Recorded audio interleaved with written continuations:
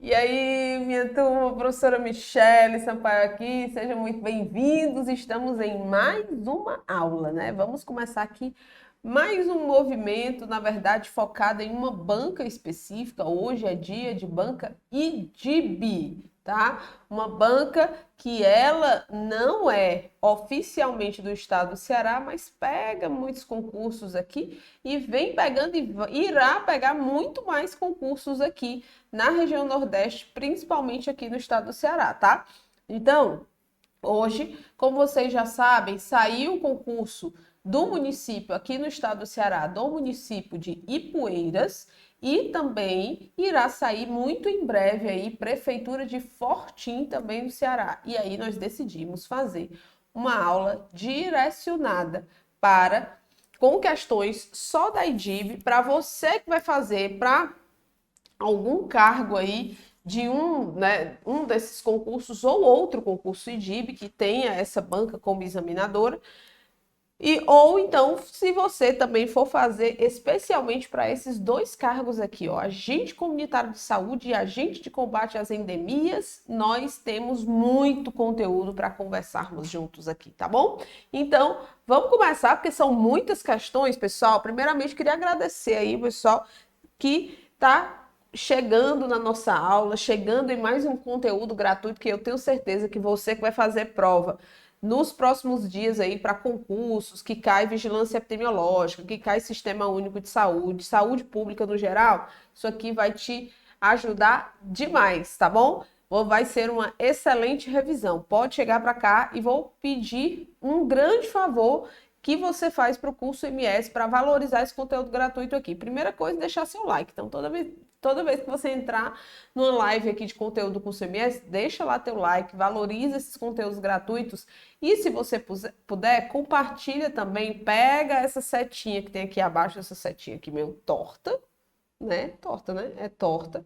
E compartilha aí nos teus grupos de WhatsApp, chama o pessoal para a aula, que isso aqui é conteúdo valioso, eu tenho certeza que vai te ajudar muito. Vamos lá? Então, vou começar aqui, pessoal, vou sair aqui um pouquinho da tela, tá? E aí, minha gente, tudo bom? Eita, tô vendo aqui a galera antenada. Então, vou sair aqui um pouquinho da tela. Voltei agora, tentei me ajeitar aqui, mas vamos lá, vamos começar, tá? Seguinte, primeira questãozinha, ela foi cobrada no ano, deixa eu só pegar aqui a caneta, vou trabalhar com essa cozinha de caneta aqui, tá? Ela foi cobrada no ano de 2020 na prefeitura de Jaguaribe, no estado do Ceará, e é uma questão para agente de endemias, e ela vai só esquentar as turbinas aqui da gente, tá? Só esquentar nossas turbinas. Vamos lá. A respeito dos princípios do Sistema Único de Saúde versados na Lei 8.080, assinale o item incorreto. Então, de vez em quando, falando em DIB, eles cobram sim muitos itens corretos, mas de vez em quando ele joga ali um exceto, um incorreto em uma ou outra questão, tá? E aí, olha só o que nós temos aqui. Princípios do SUS, né? E aí, claro que o candidato ele tem que saber como é que as bancas podem cobrar princípios do Sistema Único de Saúde. Primeiro, se a sua banca cobrar diretrizes, você já sabe que é a descentralização, atendimento integral e participação da comunidade. E essas diretrizes, elas estão no artigo 198 da nossa Constituição Federal, tá? Descentralização, atendimento integral e participação da comunidade. Ou então, ela pode cobrar princípios princípios ou princípios e diretrizes. Aí eu vou me direcionar para o artigo 7º da nossa Lei Orgânica da Saúde, que é a Lei 8.080 de 1990, ok? Só que, o que ela está cobrando aí? Ela está cobrando tanto princípios doutrinários do SUS, tá? Que são universalidade, equidade e integralidade. Como ela pode cobrar princípios retirados diretamente do artigo 7º, como ela pode cobrar princípios organizativos do SUS. E aí eu tenho a regionalização, a hierarquização, a municipalização, a descentralização, a participação da comunidade, tá? Eu tenho esses princípios que organizam ou operativos do Sistema Único de Saúde. E aí vamos no item A, é o incorreto sobre princípios do SUS. A equidade é um princípio doutrinário do SUS? Espera aí, professora, deixa eu só ver aqui. Pois é um princípio. Quais são os doutrinários? Universalidade, equidade e integralidade. A equidade é um princípio doutrinário? Sim, tá aqui ela. Beleza? Tá aí ela. E aí ele diz, que significa o mesmo que igualdade? Aí não. Equidade é igualdade, pega papel e caneta para ir anotando, tá? Se você está nos nossos grupos, você recebeu esse material em PDF, né? Para você imprimir ali em A4 com as questões corridas. Então, o ideal é que você esteja nos grupos do curso MS para você receber esse material, imprimir antes, talvez até tente resolver ali ou resolva todo ele e depois vem para cá só para ficar pegando dica, bizu e correção, tá bom? Então, imprime o material se você puder, se não, vai acompanhando aqui, vai anotando, primeira questão, vai anotando as dicas, depois, se você puder imprimir, você imprime, ou então, você pelo menos pegou as dicas aqui que nós damos, né? Que nós demos durante a aula. Então, aqui, em relação à equidade, ele diz que a equidade é um princípio doutrinário que significa o mesmo que igualdade. Não.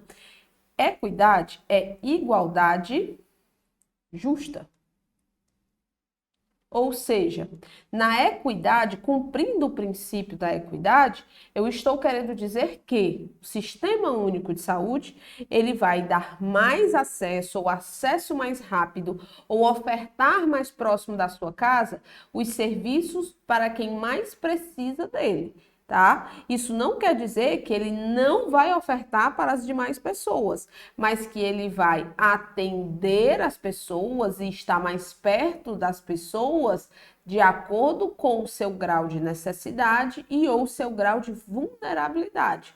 Então, igualdade é tudo igual para todo mundo. Equidade é uma igualdade com justiça. Deu para entender? Então, é um princípio doutrinário, mas não é o mesmo que igualdade. A igualdade, como princípio do SUS, se refere à assistência à saúde.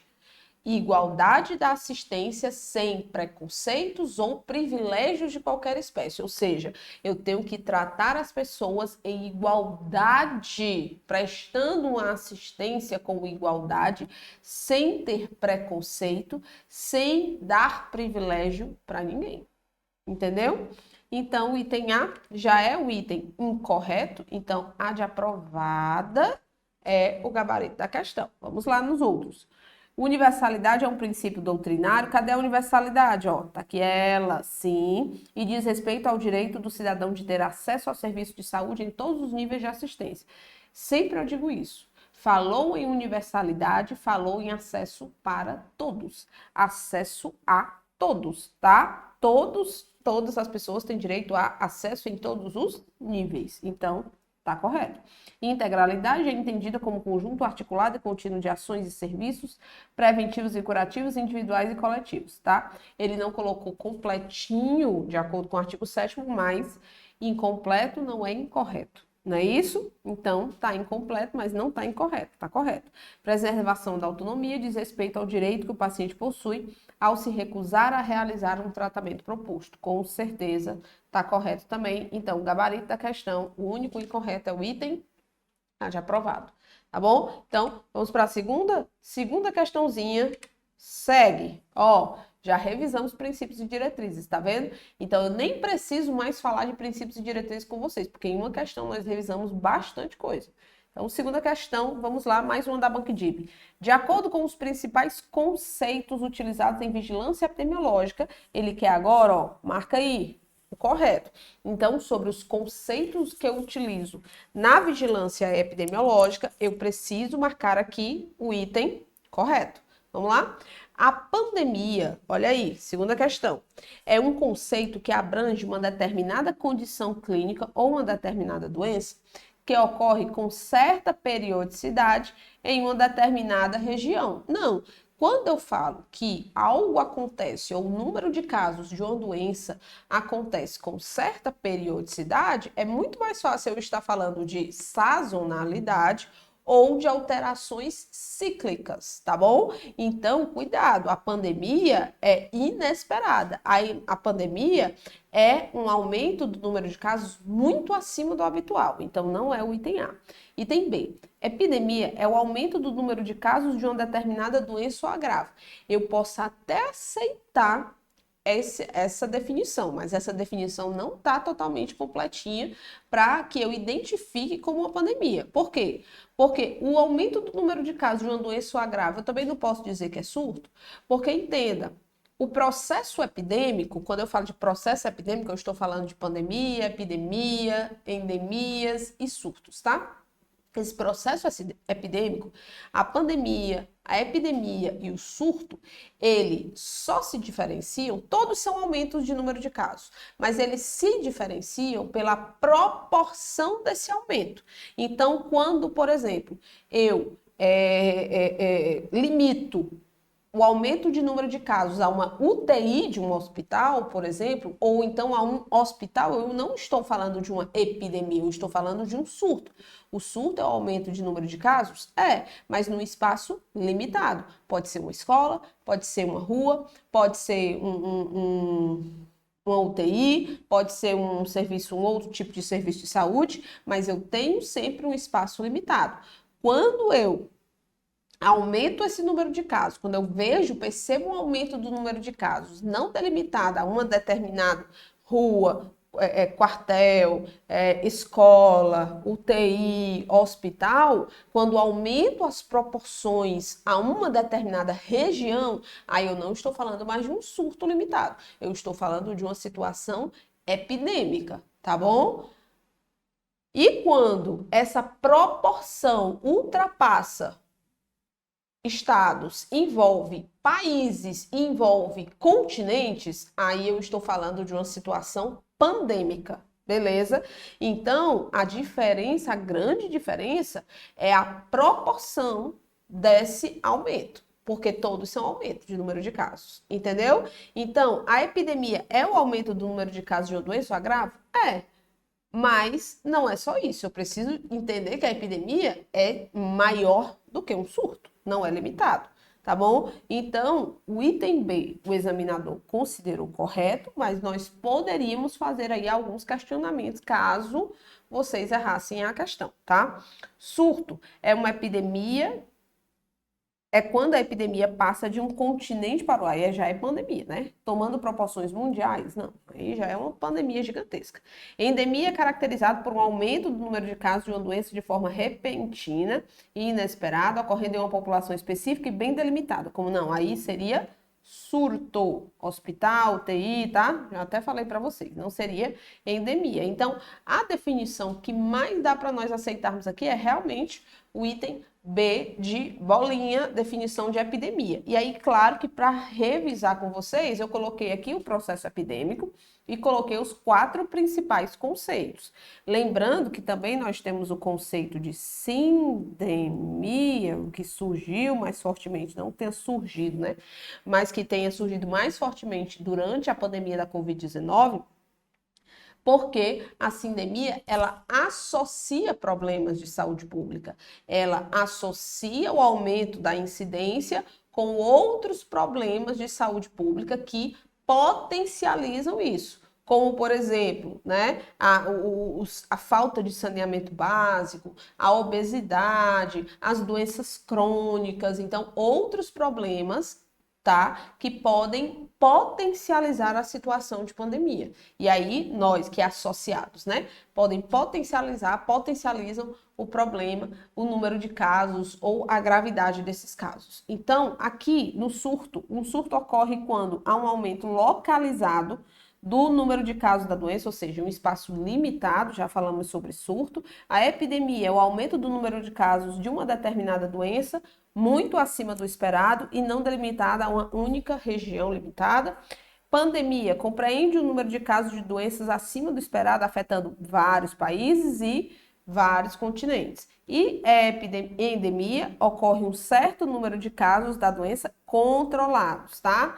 Então, habituais, controlados, sempre tem ali essas palavrinhas aí, em uma determinada região. Aqui é a definição de endemia. Então, cuidado com essas definições de processo epidêmico, porque essas definições, se cair lá, vigilância epidemiológica, se cair alguma coisa relacionada à epidemiologia, ou se cair realmente processo epidêmico, vocês precisam estar alertas para essa definição. Outra coisa muito importante é você não pegar o sinônimo de epidemia, surto, pandemia e endemia e colocar na cabeça que só acontece com doenças infecto-contagiosas, que habitualmente as pessoas colocam logo na cabeça. Não, só acontece com, hoje a leptospirose está muito alta, né? Leptospirose, toxoplasmose, não sei o que, dengue, chikungunya, zika vírus, covid-19. Não, pessoal. Nós vivemos, por exemplo, uma pandemia, uma epidemia, falando de Brasil, né? Por exemplo, nós vivemos uma epidemia de doenças crônicas aqui no Brasil. Diabetes, hipertensão, então nós temos essa situação epidêmica também. Nós temos determinadas pandemias de doenças crônicas, então não limita só atualmente a doença infecto-contagiosa, tá? Fechou? Terceira questão, vamos seguir aqui. Assinale a alternativa correta que define os principais objetivos. Deu para entender aí, né, pessoal? Tá captando? Beleza? Beleza, beleza? Então, vamos seguir aqui. Assinale a alternativa correta que define os principais objetivos da investigação epidemiológica de uma doença transmissível.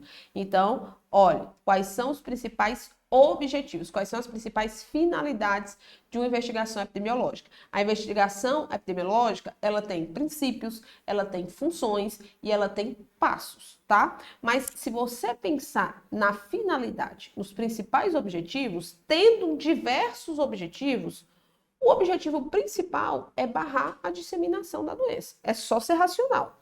Bota a cabeça aí para funcionar.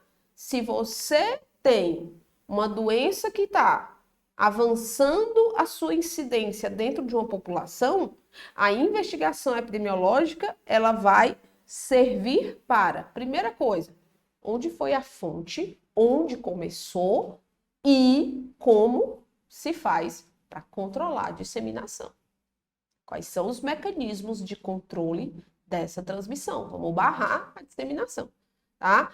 Então, isso é importantíssimo ser descoberto. É o principal objetivo. E aí, olha aqui, item A.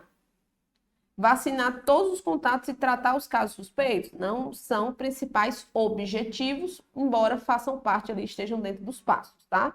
Na investigação. Isolar imediatamente todos os casos e tratá-los? Não, não necessariamente vai precisar isolar.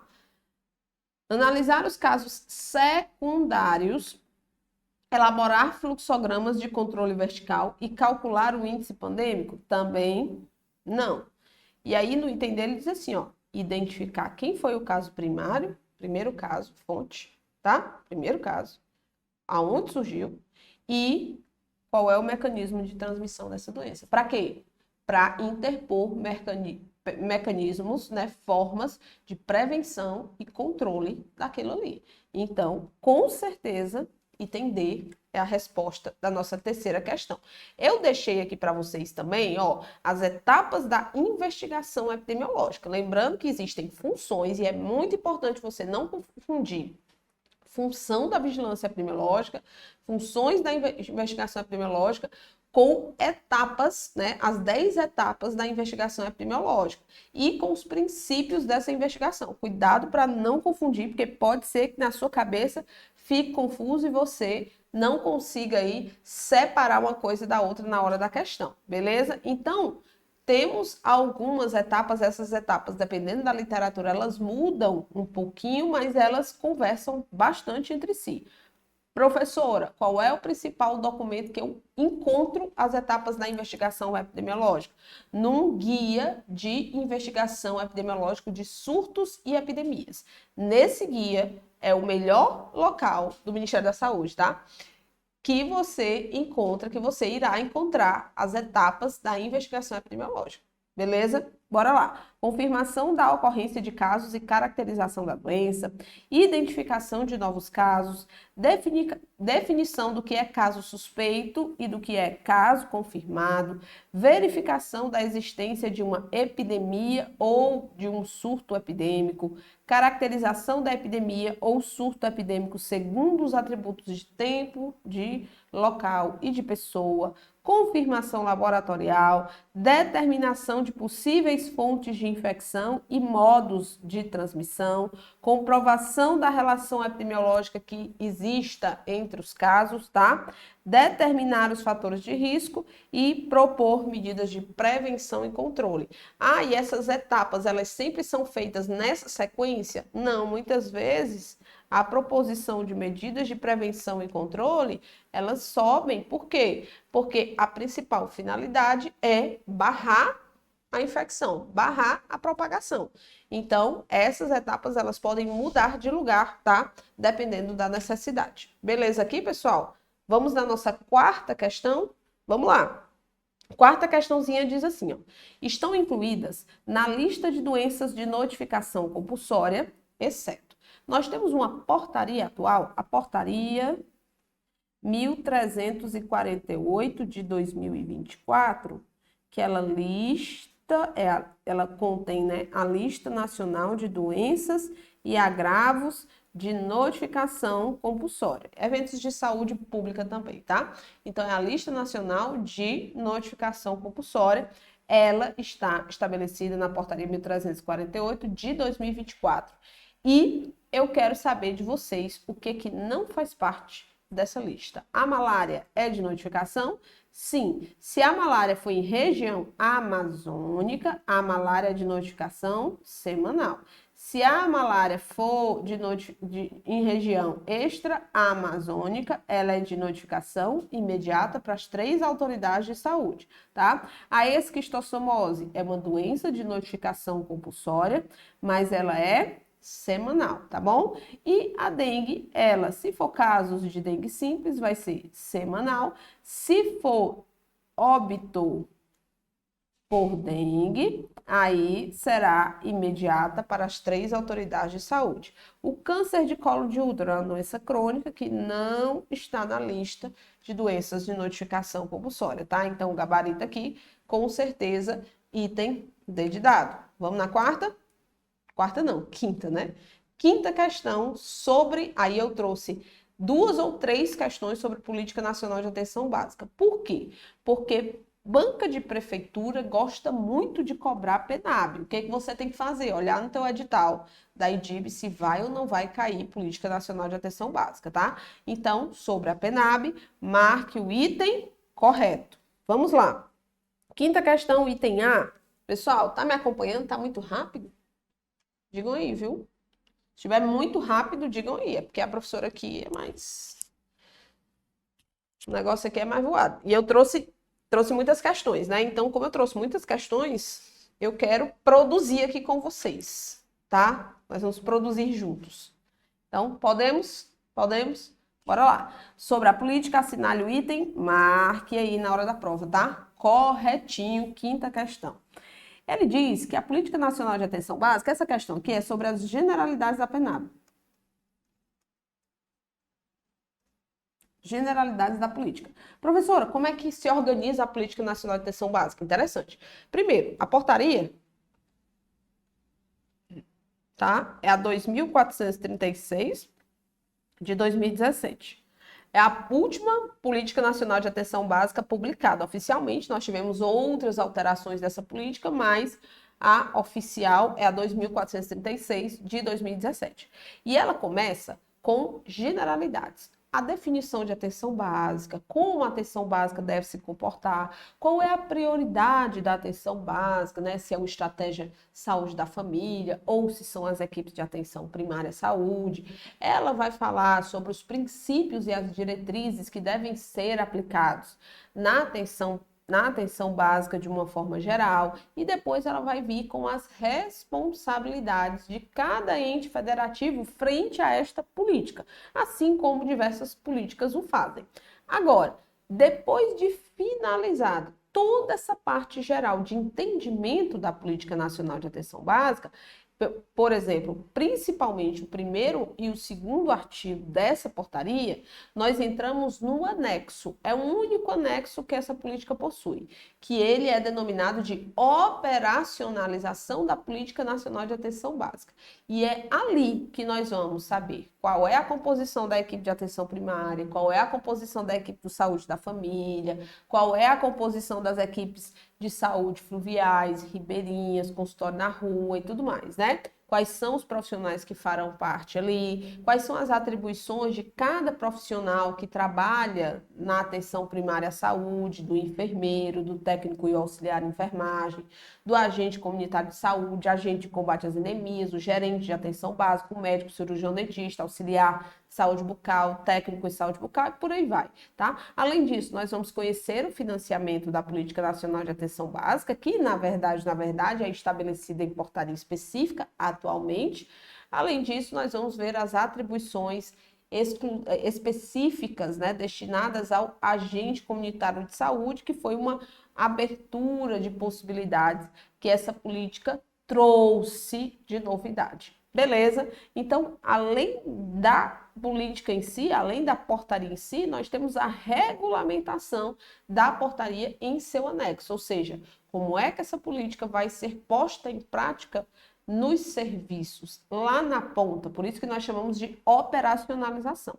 Beleza? Então, sobre a PENAB, ou seja, sobre de uma forma geral a PENAB, assinale o item correto.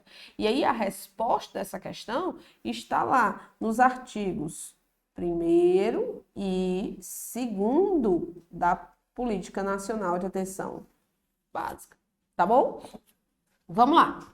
A quinta questão, item A, diz que ela considera o indivíduo em sua totalidade. Beleza. Direcionando as suas ações em atividades curativas apenas. Claro que não, né, gente? Isso aqui nem precisa discutir. São só ações curativas que essa política propõe? Não. Então, está incorreto. Item A. Item B. Ela tem por estratégias prioritárias a consolidação e a expansão da atenção básica à saúde da família, tá? Então, é a consolidação e a expansão das ações de atenção básica, tendo como prioridade a estratégia saúde da família, tá correto? Item B é a resposta. Compreende que os determinantes e condicionantes da saúde melhoram com a mudança de comportamento das pessoas. Só a mudança de comportamento não vai melhorar determinante e condicionante. Só a mudança de comportamento não vai dar mais emprego, não vai dar mais educação, não vai dar fornecer mais saneamento básico. Não, a mudança de comportamento das pessoas influencia muito mais, sabem aonde? Nos estilos de vida. Então, está incorreto. D. Desconsidera as particularidades logo regionais de cada região de saúde. Se você pensar que a política desconsidera particularidades lá do local, lá daquela micro-região, lá daquele município, lá daquele distrito sanitário, você não está falando de Política Nacional de Atenção Básica. Porque a PENAB, ela nasce da necessidade ali do território. Ela se conforma, ela se planeja a partir da necessidade dos territórios. Então, está incorreta. Gabarito da questão, B de bolinha. Beleza? Quinta questão. Item B de bola. Vamos nessa? Sexta questão, a participação no processo de mapeamento e territorialização de uma área de abrangência deve ser atribuído atribuída a quem? Cuidado com esses termos aqui iniciais. Olha o que ele está dizendo aí no início da sexta questão. A participação do processo de mapeamento. Ele está falando que a execução do processo de mapeamento e territorialização é de uma determinada categoria profissional? Não, ele está perguntando quem deve participar do processo de mapeamento e territorialização da área de abrangência, que é atribuição de qual ou quais profissionais. Na verdade, pessoal, é só dos médicos e enfermeiros da unidade básica de saúde? Não, isso é uma atribuição de todos os profissionais envolvidos na equipe de saúde de atenção básica. Então, o item B é o gabarito da nossa questão, tá? Dos agentes de endemias, não, e dos agentes comunitários de saúde, não. Até porque esse e outros profissionais participam dessa atribuição aqui, tá bom? Então, item B de bolinha, é a resposta da nossa sexta questão. Vamos na sétima questão, mais uma questãozinha aqui. O trabalho em equipe ele é fundamental para a prestação de um cuidado integral à saúde da população. No âmbito da atenção básica, são características do processo de trabalho das equipes. Então, quais são as características do processo de trabalho das equipes que atuam na atenção básica, exceto? E aí, no final das contas, o que ele quer aqui? O que é que não é característica do processo de trabalho das equipes que atuam na atenção básica? Vamos lá, item A. Desenvolvimento de ações educativas. As equipes de atenção básica, elas desenvolvem ações educativas que possam interferir no processo saúde e doença da população, ampliar o controle social, na defesa da qualidade de vida? Com certeza. Professor, onde é que tem isso na PENAB? Onde é que tem esse processo de trabalho das equipes? Quando você chega lá meio para o final da Política Nacional de Atenção Básica, você vai observar que lá nós temos as atividades que são o processo de trabalho das equipes de atenção básica, que atuam na atenção básica, envolve as seguintes atividades. E aí tem uma listinha, tá? De atividades que estão dentro desse processo. Então, vamos lá. O desenvolvimento dessas ações educativas estão dentro desse processo. Definir o território de atuação das unidades básicas de saúde. Fazem parte desse processo de trabalho? Faz também. Desenvolvimento de ações fragmentadas sobre os grupos de risco e fatores de risco comportamentais, alimentares e ou ambientais, com finalidade de prevenir o aparecimento, a manutenção de doenças e danos genéticos. Pessoal, cuidado. As ações, elas não podem ser, se elas são realizadas em equipe, elas não podem ser fragmentadas. Então, o erro desse item C aqui é dizer que as ações são fragmentadas, tá? Se a equipe é multiprofissional, o foco não é ter ação fragmentada. Concorda comigo? Então, item C, incorreto. Item D, desenvolvimento de ações intersetoriais, integrando projetos sociais e setores afins voltados para a promoção da saúde, também faz parte desse processo. O único que está incorreto aí, realmente, é o item C de CETRED, tá bom? Show de bola, show de bola. Sétima questão, foi, né? Vamos na oitava? Mais uma questãozinha. Olha a oitava aí, ó. O meio ambiente, ele é um dos fatores que interferem na qualidade de saúde dos indivíduos. Dessa forma, em uma família onde os membros eles não têm acesso ao sistema de saneamento básico, à água tratada e à rede de esgoto, ocorre um alto risco de adoecimento das seguintes enfermidades. Quais são? Olha aqui, ó. Isso aqui, ó, é IST, tá? Isso aqui é uma doença que não é considerada doença de veiculação hídrica ou doenças causadas pela ausência do saneamento básico, né? A hanseníase, a gonorreia também é uma infecção sexualmente transmissível. A diarreia, sim, pode ser causada pela falta, ausência do saneamento básico. A hepatite A também, por quê? Porque a transmissão é fecal-oral, né? E as verminoses também, beleza? Segura aí. Fibrose cística, não, né? Claro. Hepatite B também, não. Diverticulite também, não, beleza? Sarampo, não, é passada por gotículas, certo? Gotículas não, aerossóis, né, gente? Sarampo, aerossóis. Hipertensão e diabetes são doenças crônicas, então não tem ligação com a ausência do saneamento básico. Gabarito aqui, galera, gabarito, item B de bola, beleza? B de bola. Aí, eu coloquei aqui, no próximo slide para vocês, olha aqui. Quais são as principais doenças causadas pela ausência do saneamento básico? O que é o saneamento básico? É só água encanada? É só o esgoto? Não, é água encanada, né? Água tratada e tratamento de esgoto. Isso compõe o saneamento básico, tá bom? Então, vamos lá. Doenças diarreicas por E. coli, tá bom? Escherichia coli, hepatite A, que estava lá na questão, cólera, que inclusive tem alteração da cólera, né? Esse ano, ou foi final do ano passado, não lembro, mas teve alteração aí no guia sobre cólera. Leptospirose, que é uma doença que é tendência de prova demais, tendência, super tendência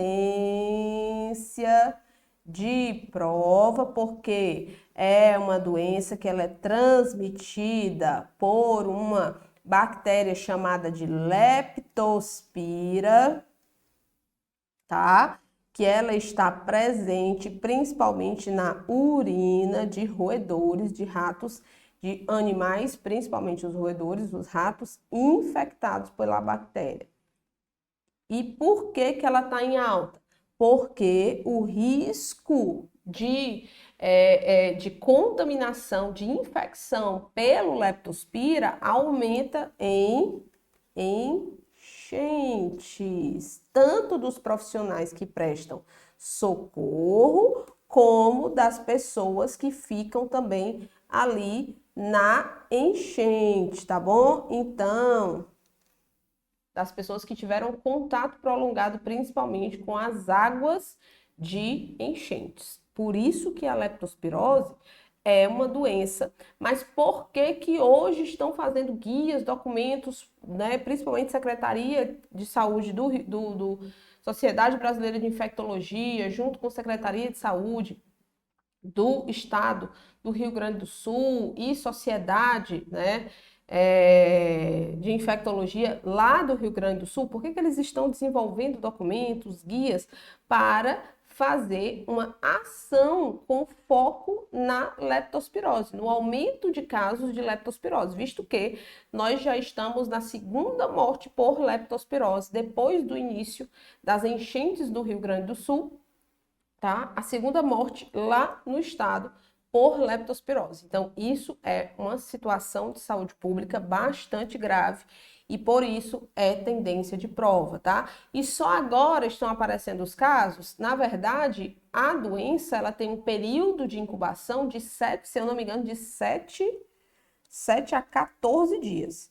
Como ela tem esse período de incubação aqui, demora um pouco as pessoas a começarem a apresentar sinais e sintomas da doença. Por isso que o primeiro documento que foi feito, na verdade, foi com a finalidade de fazer uma profilaxia, tá? Para as pessoas que ou prestaram socorro nas enchentes ou então ficaram ali nas enchentes durante muito tempo. Então, é por isso que existiu, né, esses documentos e que estão se desenvolvendo ações para o combate da leptospirose e de novos casos de leptospirose aí no estado do Rio Grande do Sul, principalmente, não é isso? Então, vamos lá. Febre tifoide, beleza? Parei aqui para falar da leptospirose um pouquinho, só para vocês ficarem antenados aí sobre leptospirose, tá? E aí eu vou indicar que vocês leiam a página do guia de leptospirose, que vocês entrem, eu tenho um grupo de estudos, na verdade é um canal no Instagram, quem não me conhece aqui, não conhece meu Instagram, né? É profa Michele, com 2 L's e um E, tá? Sampaio. Lá no meu Instagram, no perfil, tem um canal.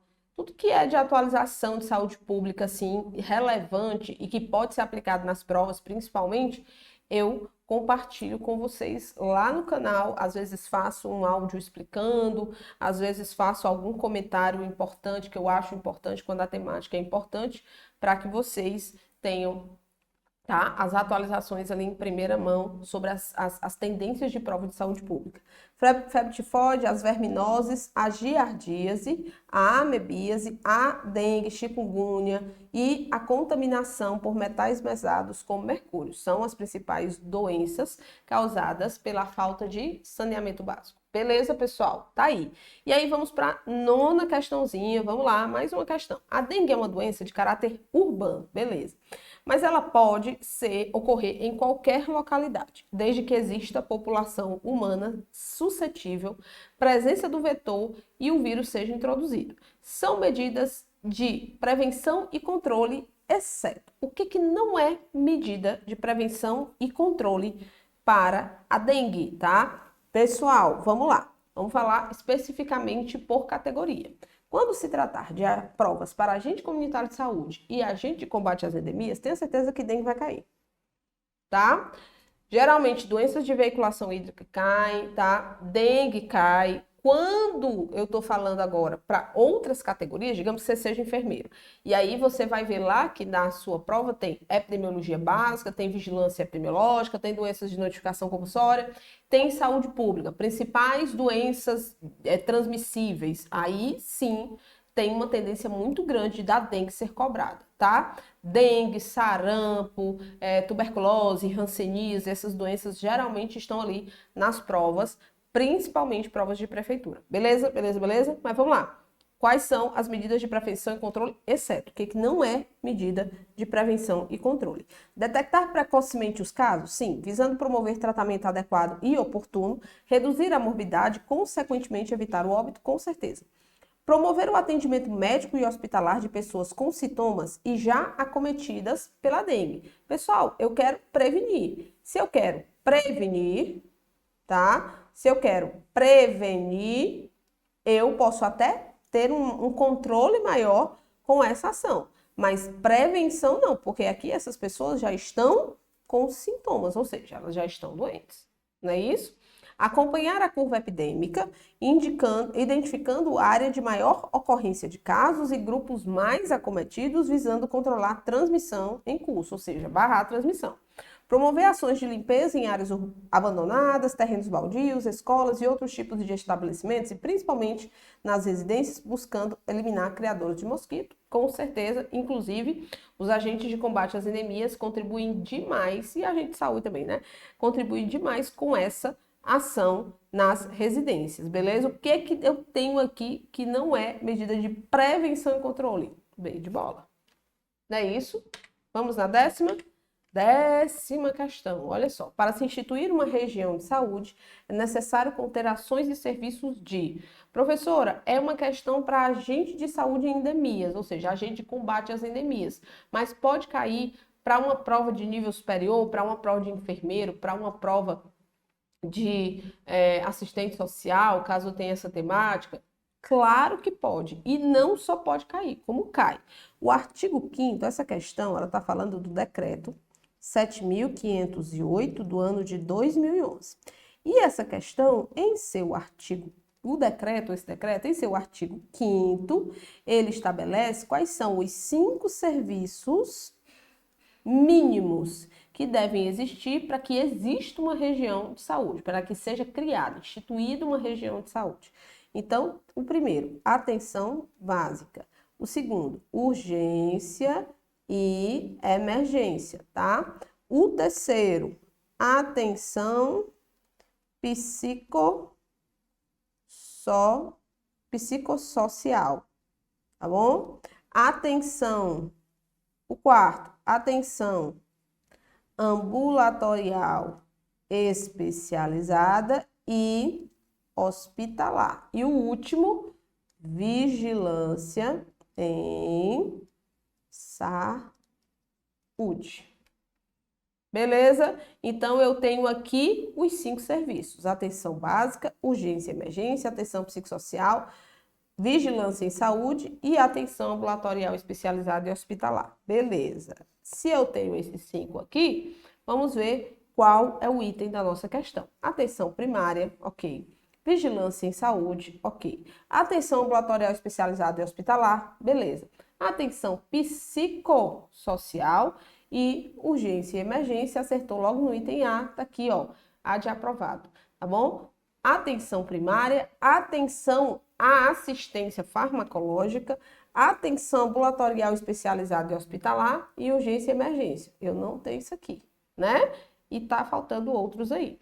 Atenção primária, vigilância em saúde, atenção à saúde da criança e do adolescente, não. Vigilância epidemiológica, não. Tem vigilância em saúde, que aí envolve a epidemiológica. E urgência e emergência, tá? Correto. Incorreto. Atenção primária, atenção psicossocial, vigilância epidemiológica, atenção especial de acesso aberto, não, tá? Então, tem aqui, ó, vigilância epidemiológica, que está incorreto, é vigilância em saúde, atenção especial de acesso aberto também não existe, atenção emergencial e urgencial, é urgência e emergência, né? Então, incorreto aqui, gabarito, item A da nossa 10ª questão. Vamos continuar aqui, né? Leia abaixo, leia os itens abaixo e depois responda. Vamos lá, pessoal. Na verdade, essa questão, ela nem fala que é sobre participação da comunidade, que é sobre conselho de saúde, né? Mas é uma questão que envolve aí os conselhos. Então, vamos no primeiro item. Os conselhos gestores de políticas públicas são canais efetivos de participação. Vou dar um exemplo de conselho que faz a gestão, que faz o acompanhamento de políticas públicas. São os próprios conselhos de saúde, que permitem estabelecer uma sociedade na qual a cidadania deixe de ser apenas um direito e passe a ser uma realidade. Então, ele está dizendo que os conselhos eles servem para efetivar a cidadania, a participação e a importância da cidadania, não só como um direito, mas como uma realidade. Então, tá verdadeiro a 11ª. A 12ª diz que a importância dos conselhos está no seu papel de fortalecimento da participação democrática da população na formulação e implementação de políticas públicas. Então, o que ele está dizendo aí? Que a importância dos conselhos está no fortalecimento da participação democrática da população na formulação e na implementação das políticas públicas, está verdadeiro também. E o terceiro diz que os conselhos municipais de saúde são responsáveis por acompanhar as verbas, ou seja, inclusive o controle aspectos financeiros, econômicos e, né, financeiros. Então, os conselhos de saúde, eles acompanham os recursos, eles fiscalizam os recursos. E ele está dizendo que o Conselho Municipal de Saúde são responsáveis por acompanhar as verbas que chegam pelo SUS e os repasses de programas federais para os municípios. Com toda certeza, é função do Conselho Municipal de Saúde. E, por fim, ele diz que os Conselhos Municipais de Saúde são responsáveis por participar da elaboração das metas para a saúde. Sim, eles participam da elaboração de metas, eles acompanham e aprovam o plano de saúde daquele município e por aí vai. Então, está verdadeiro, verdadeiro, verdadeiro, verdadeiro, verdadeiro. Analisados os itens, é correto afirmar que todos os itens estão corretos. Questão boa, viu? Gostei muito dessa questão. Vamos para a próxima. Analise as afirmativas a seguir sobre doenças crônicas, tá? E aí, vamos falar de hipertensão, diabetes, doenças, outras doenças do aparelho cardiovascular, né?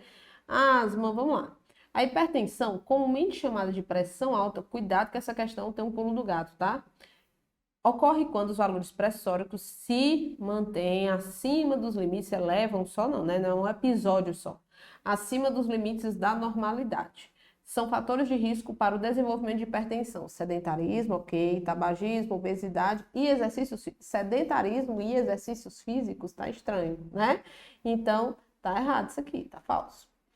Segundo, diabetes é uma doença causada pela produção insuficiente ou a má absorção da insulina, hormônio que regula a glicose no nosso sangue e garante energia para o organismo. A insulina é um hormônio que tem a função de quebrar as moléculas de glicose, transformando-a em energia para a manutenção das células do nosso organismo. Verdadeiro. A asma é uma das doenças respiratórias crônicas mais comuns, juntamente com a rinite alérgica e a DPOC, que é doença pulmonar obstrutiva crônica. As principais características dessa doença pulmonar são dificuldade, asma, tá? Dificuldade de respirar, chiado e aperto no peito, respiração curta e rápida. Os sintomas pioram à noite, nas primeiras horas da manhã, ou em resposta à prática de exercícios físicos, à exposição a alérgenos, à poluição ambiental e também a mudanças climáticas. Verdadeiríssimo sobre asma. As doenças cardiovasculares são de vários tipos, sendo as mais preocupantes as doenças das artérias coronárias, artérias do coração, e as doenças das artérias do cérebro. Quase todas são as que são, né? Caso haja algum tipo de situação que as impeça, né, que impeça a circulação sanguínea normal por essas artérias, e aí nós temos os infartos, né, que nós chamamos de infartos. O infarto agudo do miocárdio e podem acontecer também infartos, né, vou chamar aqui, né, bloqueios de artérias cerebrais, causando aí os AVCs isquêmicos ou então até o rompimento, AVCs hemorrágicos. Mas aí vamos lá. Quase todas são provocadas por aterosclerose, ou seja, pelo depósito de placas de gordura e de cálcio no interior das artérias que dificultam a circulação sanguínea nos órgãos e pode mesmo chegar a impedi-la, né? Quando a aterosclerose aparece nas artérias coronárias, pode causar sintomas e doenças como a angina de peito ou provocar um infarte do miocárdio. Professora, tá certa essa palavra? Tá, infarto ou infarte, tá bom? Então, tá verdadeiro também. E aí, qual é o pulo do gato? Você ter calma e ler tudo direitinho, tá bom? É incorreto o que se afirma em incorreto. Tem só um item aqui, ó. Mais difícil seria se eles colocassem vários, né? 1, 2, 3 e 4, 1 e 2, entendeu? Apenas o item 1 está incorreto, o item A. Gabarito da nossa questão. Beleza? Vamos lá?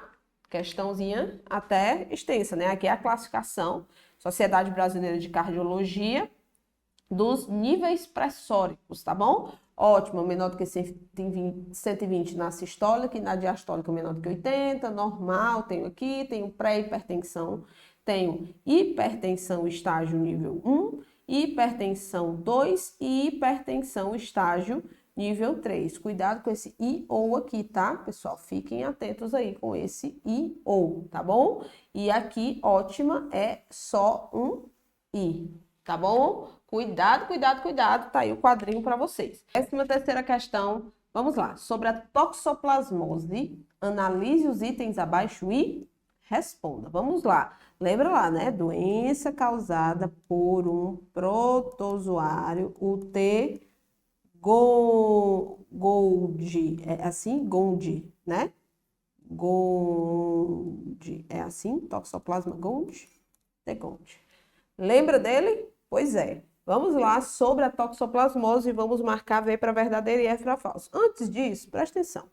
O guia de vigilância em saúde, que tem a grande maioria das doenças infecto-contagiosas de importância epidemiológica para o Brasil, ele está na sua 6ª edição, agora do final de abril de 2024. Então, é importante você observar quais são as principais informações das principais doenças cobradas, né? Quando caem doenças infecto-contagiosas na sua prova, quais são as principais doenças que são cobradas e as informações do guia mais atual. Já estou dizendo qual é o guia aqui, tá? Isso não necessariamente obriga que o examinador retire as questões do guia, tá? As informações do guia. Mas no guia você vai ter as informações da forma mais completa possível. Por isso que eu estou indicando você estudar o guia. Mas também no portal do Ministério da Saúde, se você colocar lá, por exemplo, toxoplasmose, Ministério da Saúde no Google, você vai encontrar uma página falando de toxoplasmose que muitos examinadores de muitas bancas também retiram informações dessa página para aplicar ali nas suas questões. Vamos lá na nossa 13ª questão. Primeira coisa, olha aí, ó, é uma infecção provocada por um protozoário e ela é transmissível de pessoa para pessoa. Não, gente, ela não transmite de pessoa para pessoa, ela é transmitida do animal, ela pode ser transmitida de forma transplacentária, mas ela é do animal para o ser humano, então tá falso, tá bom? Diversos animais podem transmitir a doença para os seres humanos, como gatos, suínos, caprinos, bovinos, aves e animais silvestres, mas aparentemente esses animais não ficam doentes. Verdadeiríssimo, tá bom? Esse item é verdadeiro. Muita gente acredita que somente os felídeos, né? Eles transmitem a toxoplasmose. Não, não, não, não, não. Então, tá verdadeiro o item 2. Item 3. Os gatos e outros felinos são os hospedeiros definitivos. Hospedeiro intermediário é o homem, tá? Intermediário. E outros animais de sangue quente, mas o intermediário, tá?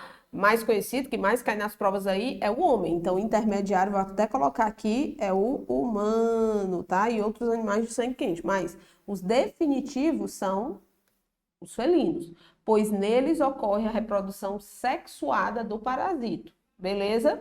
Então, tá verdadeiro também. Quarto, gatos que nasceram e viveram em ambiente doméstico, sem acesso à rua e alimentados exclusivamente com ração, têm as mesmas chances de contaminação. Não, eles raramente. Esses que são, né, que não têm acesso à rua e são alimentados exclusivamente com ração, esses raramente eles são contaminados com o protozoário.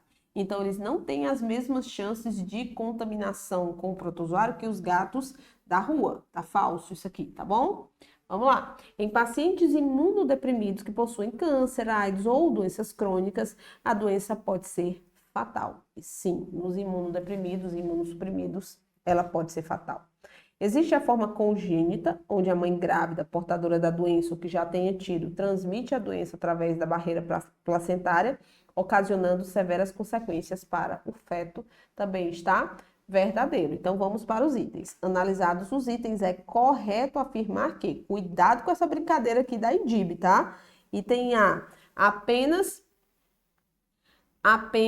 os itens 2 e 4, o 2 e 5 são incorretos? Não, o 2 e o 5 são corretos, tá errado. Apenas 3 e 4, 3 e 6 são incorretos? Errado também. Apenas 1 e 4 estão incorretos? O 1 está incorreto, o 4 está incorreto. Beleza? 4 e 5 são incorretos? 4 está incorreto, 5 está correto. Então, está incorreto aqui, gabarito. Item C. Cuidado com essas perguntinhas sobre correto e incorreto para você não cair nas cascas de bananas aí da banca, tá? As infecções sexualmente transmissíveis, dentre elas o HIV, a hepatite B, hepatite C, sífilis, cancro mole, HPV, herpes vírus, entre outras, são infecções cuja transmissão se dá principalmente pelo sexo. Beleza. Muitas delas podem ser graves, levar ao nascimento de bebês prematuros, causar infertilidade, disfunções sexuais, câncer e até mesmo a morte. Sobre o tema, marque o item, olha aqui o que a IDIB quer, o item incorreto sobre as ISTs, tá? Então vamos lá. Item A, elas são transmitidas principalmente por meio do contato sexual, oral, vaginal, anal, sem o uso de camisinha masculina ou feminina com uma pessoa que esteja infectada. A transmissão de uma IST pode acontecer ainda da mãe para a criança durante a gestação, durante o parto ou durante a amamentação. Tudo corretinho, tá? Item B. As ISTs não são transmitidas por meio não sexual. Elas podem sim ser transmitidas por meio não sexual, tá?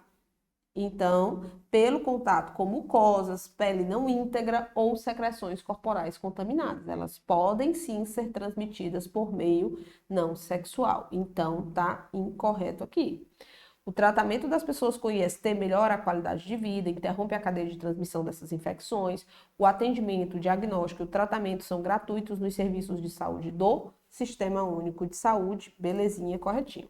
A terminologia infecções sexualmente transmissíveis passou a ser adotada em substituição à expressão doenças, né? Doenças sexualmente transmissíveis, que há muito tempo nós conhecemos como DSTs, porque destaca a possibilidade de uma pessoa ter e transmitir uma infecção, mesmo sem sinais e sintomas. Beleza, beleza, tá correto também. Ele quer o quê? O incorreto. E o incorreto aqui é o item B de bola. Vamos continuar? Mais uma questãozinha aí, 15ª questão.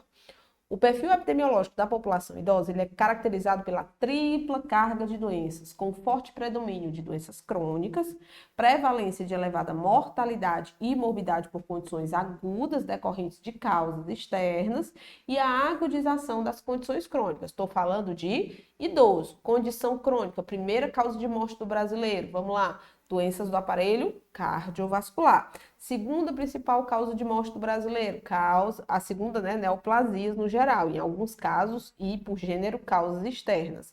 E também a agudização das condições crônicas, que é, por exemplo, o infarto agudo do miocárdio, o AVC. E aí vamos continuar aqui a questão. A maioria dos idosos é portadora de doenças ou disfunções orgânicas, mas cabe destacar que esse quadro não significa necessariamente limitação de suas atividades, restrição da participação social ou do desempenho de seu papel social. Em relação à atenção ao idoso, marque o item correto, vamos lá, 15ª.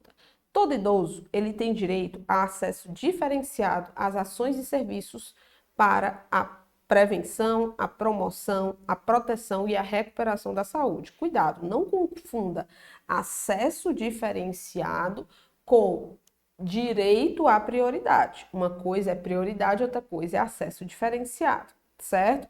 Então, cuidado com isso. Até porque em serviços de saúde, mais vale a condição clínica, o risco de morte, do que a idade. Deu para entender?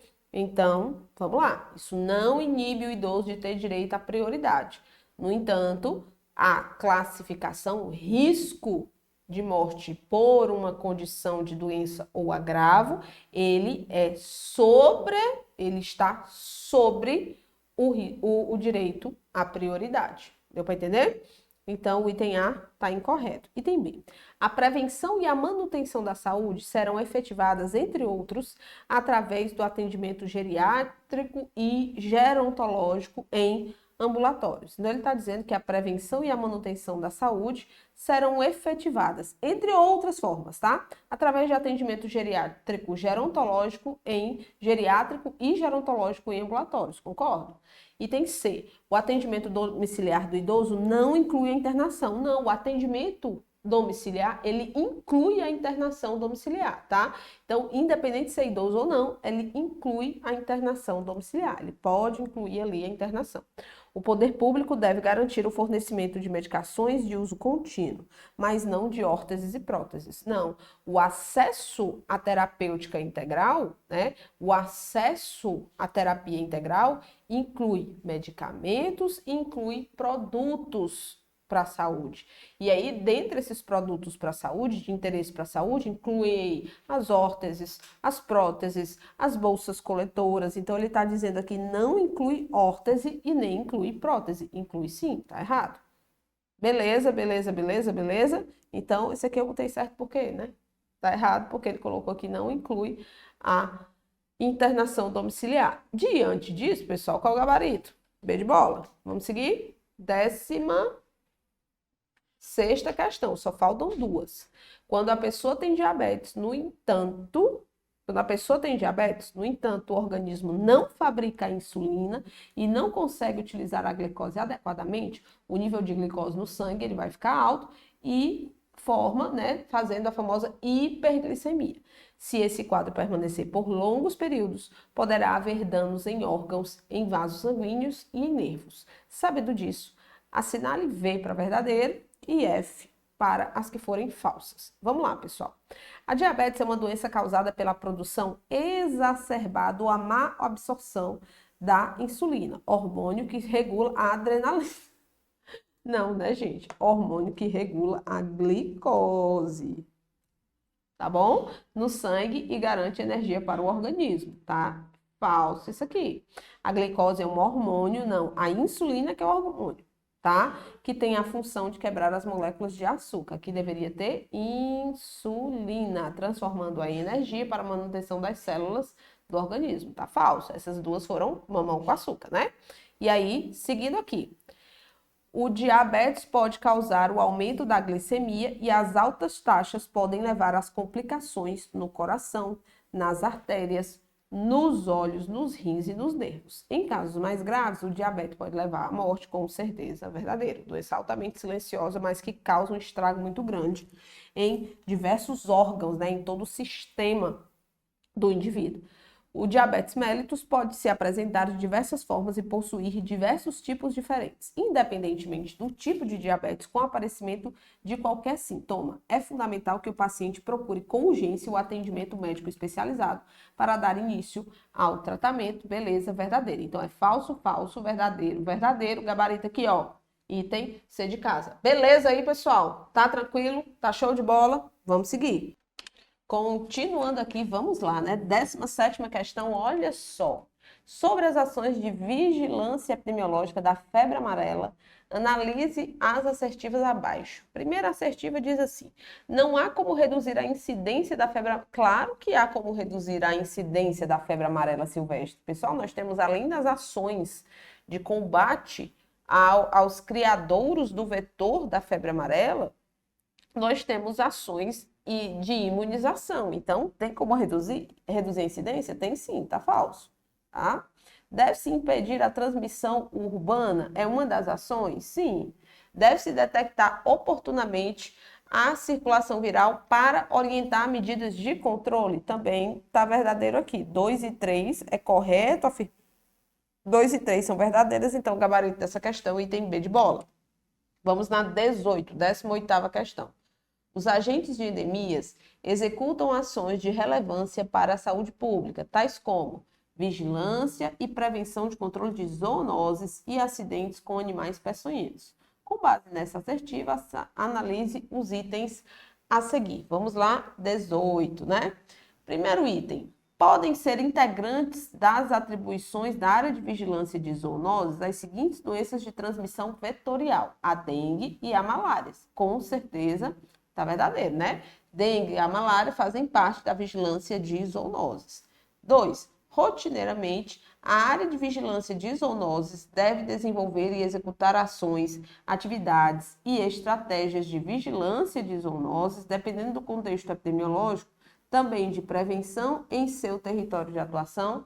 Com certeza, são ações da vigilância de zoonoses. E o terceiro, as ações de vigilância de zoonoses devem sempre seguir um padrão epidemiológico, independentemente do contexto. Não, elas devem se adaptar. Como eu estou falando de vigilância, elas devem se adaptar ao contexto.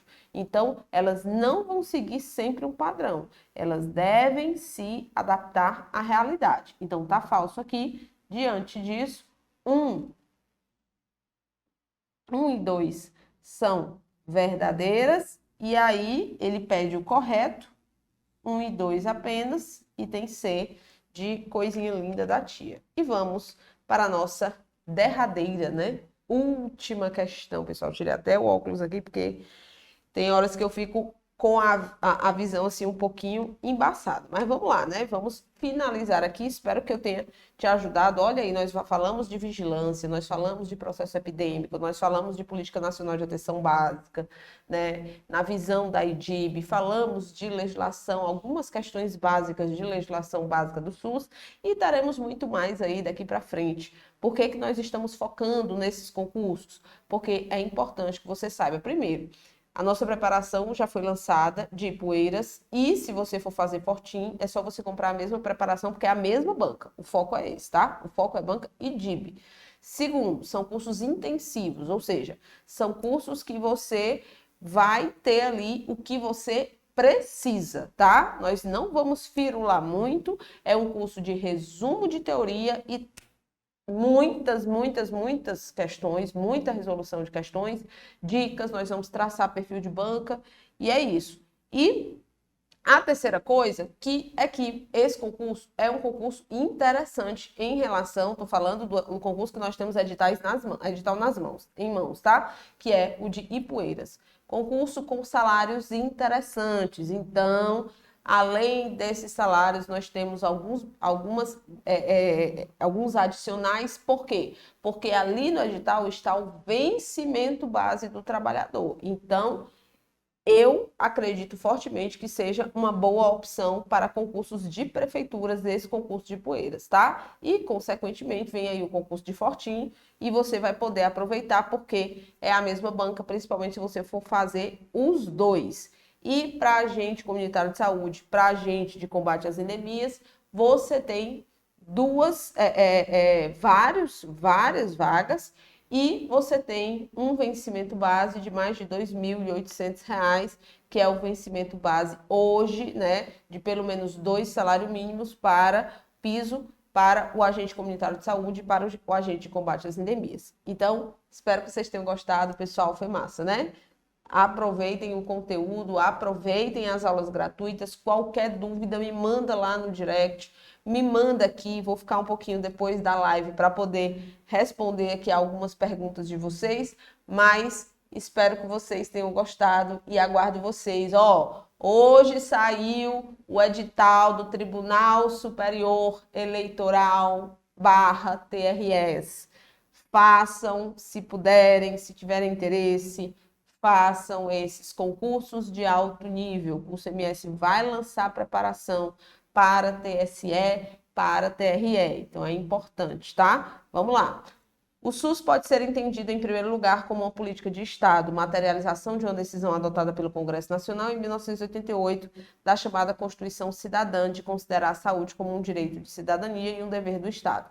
São princípios e diretrizes do Sistema Único de Saúde, exceto, ou seja, o que não é princípio e diretriz do SUS, beleza? O que não é princípio e diretriz do Sistema Único de Saúde. Vamos lá. Universalidade é princípio ou diretriz do SUS? É. Equidade também é. Regionalização também é. Vamos lá. Princípio doutrinário, princípio organizativo do SUS. Já territorialidade não é princípio nem diretriz do Sistema Único de Saúde. Então, é o gabarito da nossa questão. Beleza, pessoal? Então, show de bola, fechado aqui a nossa live. Vamos vir com mais conteúdos para vocês, fiquem atentos aí. Vamos vir com aulas, com lives da Sebrasp para o TSE e com preparação para o TSE. Já começamos a focar, já estamos com a preparação toda montada aí.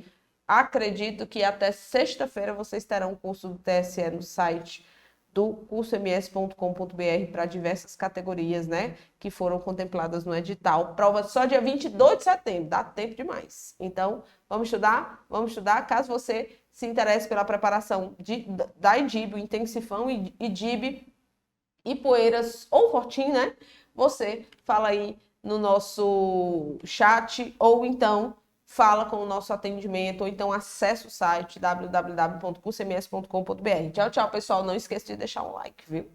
Obrigada. Show de bola. Tchau, tchau. Bom feriado para vocês.